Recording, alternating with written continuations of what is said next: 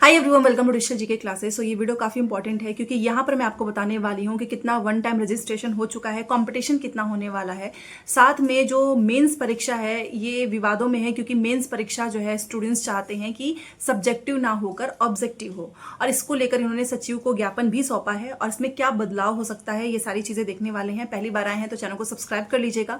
साथ में जो लोग भी एलटी ग्रेड की तैयारी कर रहे हैं, अगर आपको किसी भी सब्जेक्ट की कोई भी किताब चाहिए होगी तो आप लोगों के ही कहने पर यहाँ पर मैंने एक वीडियो ऐड किया है, यहाँ से आपको हेल्प मिल जाएगी। आगे बढ़ने से पहले मैं आप सभी को बताना चाहूँगी, आप यूपी एलटी ग्रेड 2025 की तैयारी कर रहे हैं तो आप चाचू प्रकाशन की ये किताब ले सकते हो। यहाँ पर आपको डिटेल में थ्योरी, एमसीक्यूज 1800 से ज़्यादा, सिलेबस के अकॉर्डिंग आपको सारी चीज़ें मिलेंगी। 2019 के सॉल्व पेपर्स भी आपको इसमें मिलेंगे। यहाँ पर आप देख सकते हो, सारी डिटेल्स आपको मैं डिस्क्रिप्शन बॉक्स में मिल जाएगी, चेकआउट कर लेना। यहाँ पर ये देखिए आपका ये जीएस वाला पोर्शन, देन यहाँ पर ये परीक्षा एग्ज़ाम पैटर्न और सिलेबस को भी दिया गया है। ये पूरा डिटेल में यहाँ पे सब्जेक्ट वाइज है। एंड इसका थ्योरी पोर्शन मैं आपको दिखाना चाहूँगी। ये देखिए इसके जो है प्रीवियस क्वेश्चंस भी इसमें दिया हुआ है, या यहाँ पर आप देख सकते हो। एंड इन सारे पीवाईक्यूज़ के ना डिटेल में एक्सप्लेनेशन यहाँ पर आप देखिए, एक एक चीज़ आपको डिटेल में मिलेगी। ये इसका थ्योरी पोर्शन है। यहाँ पर आप ये भारतीय इतिहास देख सकते हैं। तो ये किताब काफ़ी बेस्ट है, अगर आप इसको लेंगे तो आपकी थ्योरी वाला पोर्शन बहुत ही अच्छे से तैयार हो जाएगा। यहाँ पर देखिए एक एक चीज़ इन्होंने डिटेल में इस किताब में दिया हुआ है।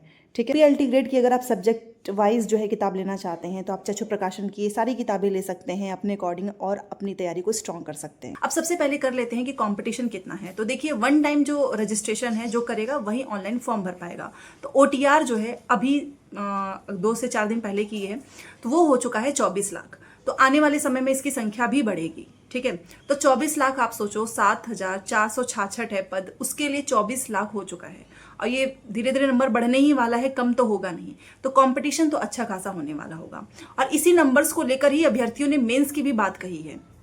देखिए आप जानते हो कि कोई भी परीक्षा हो अगर उसमें ऑब्जेक्टिव होता है तो मशीन आधारित होता है, तो उसमें कोई भी मानवीय त्रुटि नहीं होती है, उसमें पारदर्शिता होता है, समानता होती है, प्लस निष्पक्षता।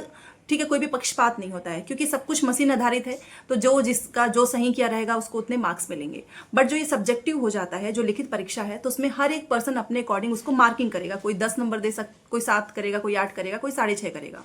प्लस ये काफ़ी टाइम टेकिंग होता है, रिजल्ट लेट आता है। आपको भी पता है कि जो एक बार हुआ भी है यूपी में, जो प्राथमिक वाला था भर्ती लिखित परीक्षा, कानूनी विवाद, सारी चीज़ें होती हैं जो कि स्टूडेंट्स को ही झेलना पड़ता है। जो भी चीज़ें होंगी वो स्टूडेंट्स को ही झेलना पड़ेगा। तो इसी को लेकर इन्होंने सचिव को ज्ञापन सौंपा है कि अगर आपको 2 परीक्षा करानी ही है, प्री और मेंस, तो दोनों ही ऑब्जेक्टिव रखो। क्योंकि एक तो हम लोग ग्रेजुएशन तक जो भी पढ़ाइयाँ होती हैं सब कुछ ऑब्जेक्टिव ही होता है और बहुत सारे एग्जाम्स भी ऑब्जेक्टिव ही होते हैं। एंड सडन जो है लिखित परीक्षा होगा तो इससे बहुत सारे अभ्यर्थियों का ही नुकसान होगा। फॉर एग्जाम्पल उन्होंने एग्जाम्पल्स भी दिए हैं कि आप सोचो जो आरओ की परीक्षा है, जो पीसीएस की परीक्षा है, उसमें जो मेंस परीक्षा के लिए जो स्टूडेंट सेलेक्ट होते हैं उनका नंबर होता है 15 से 20,000। अब 15 से 20,000 का जो है लिखित मूल्यांकन करना आसान होता है।